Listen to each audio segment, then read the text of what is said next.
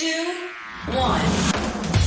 7 things you probably didn't know you need to know. I'm Jamie East, and this is the Smart 7. Good morning, everybody. It's Thursday, the 3rd of March, and it's World Book Day. And a big happy birthday to Ronan Keating, Alex Zane, Jessica Biel, and Camila Cabello. Wednesday marked an escalation in attacks from Russia as fighting entered its 7th day, with bombardments of suburban areas of Kyiv, prolonged shelling of Mariupol, and intense fighting around the second city of Kharkiv. It also appears that Russia's successfully captured and taken control of the strategically important southern city of Kherson. More than 2,000 civilians have now officially died in the Russian attack, and the UN estimates 1 million people have fled the country. Mayor of Kharkiv, Igor Terekov, told the BBC that the assault on his city included cruise missiles and potentially the dreaded vacuum or thermobaric bomb. They were firing on the residential areas, and this firing is carried out constantly.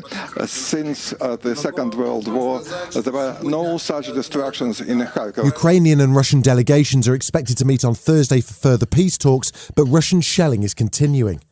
Ukraine's Deputy First Minister for Foreign Affairs, Emine Zarapova, said that the Russian attacks are clearly targeting civilians and non-military infrastructure. As we speak here today, Russian armed forces keep attacking maternity wards, kindergartens, orphanages, hospitals. There were no strategic military goals when the central square of the former capital of Ukraine, Kharkiv, was bombed and shelled.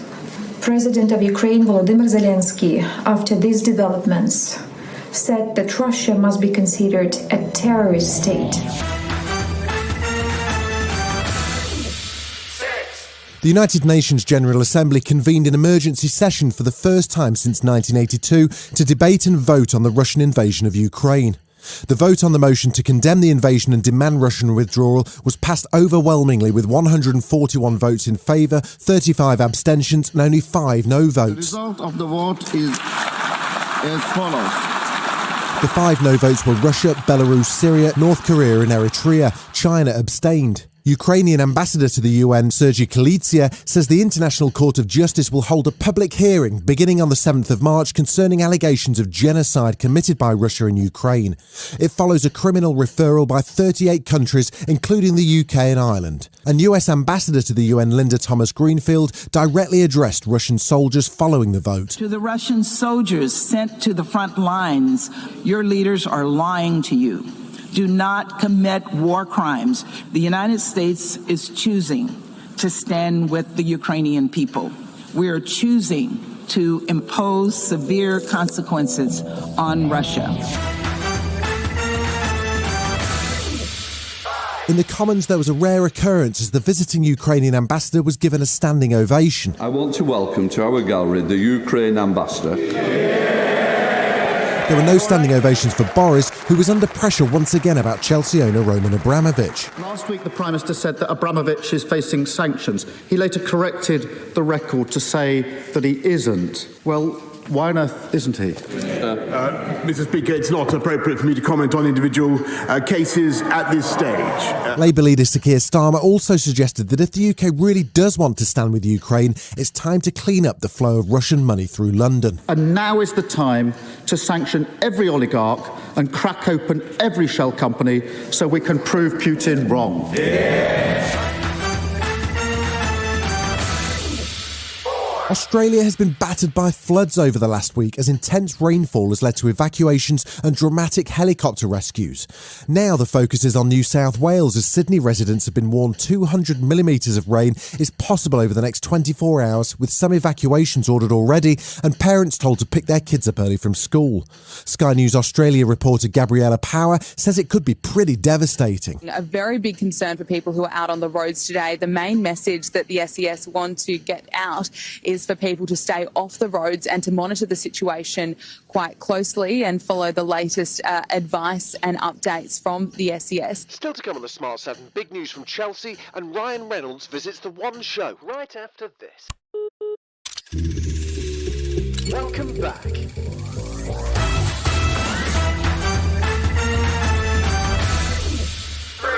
There was FA Cup action on Wednesday night. Liverpool took on Norwich and won 2-1 to go through to the last 8, while Southampton surprised West Ham with a 3-1 win, and Chelsea were lucky to escape with a 3-2 win at Luton Town.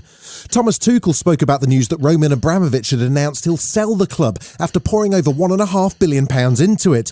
With sanctions being applied to Russian assets across the world, a sale appeared to be his only option. Yeah, it's the situation is now out there. It's a big situation. We try to do then what we try to do to cancel the noise and to stay focused. We showed again today that we are able to do it, and we try again on Saturday.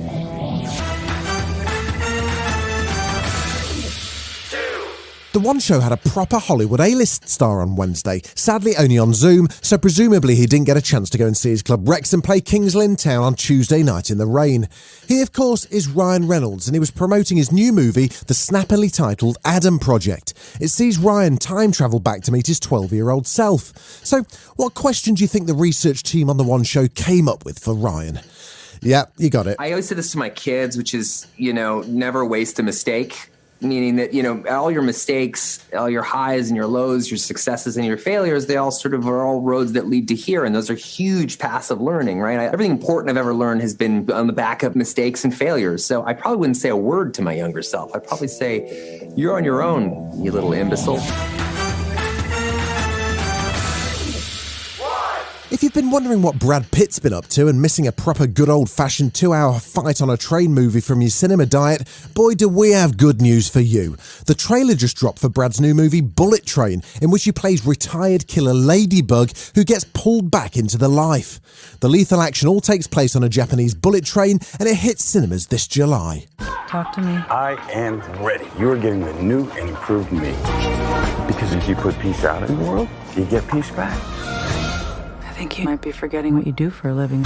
Take the gun. Every job I do, somebody dies. I'm not that guy anymore. Some conflicts require a gun.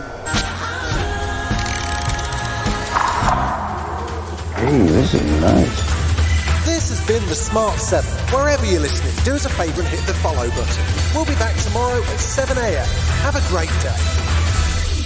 Written, produced and published by Daft Doris.